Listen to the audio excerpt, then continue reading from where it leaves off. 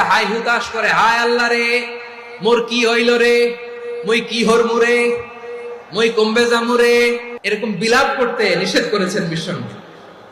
কি করব, কই যাব, কি হবে, হায় হায়, এরকম হাহুতাশ আছে না নাই? বিশ্বাসীরা হাহুতাশ করে না, তারা ইন্না লিল্লাহ পড়ে। তারপরে বিশ্বনবী পড়তেন আল্লাহুম্মা আজুরনি ফি মুসিবাতি ওয়াখলুফ লি খায়রাম মিনহা।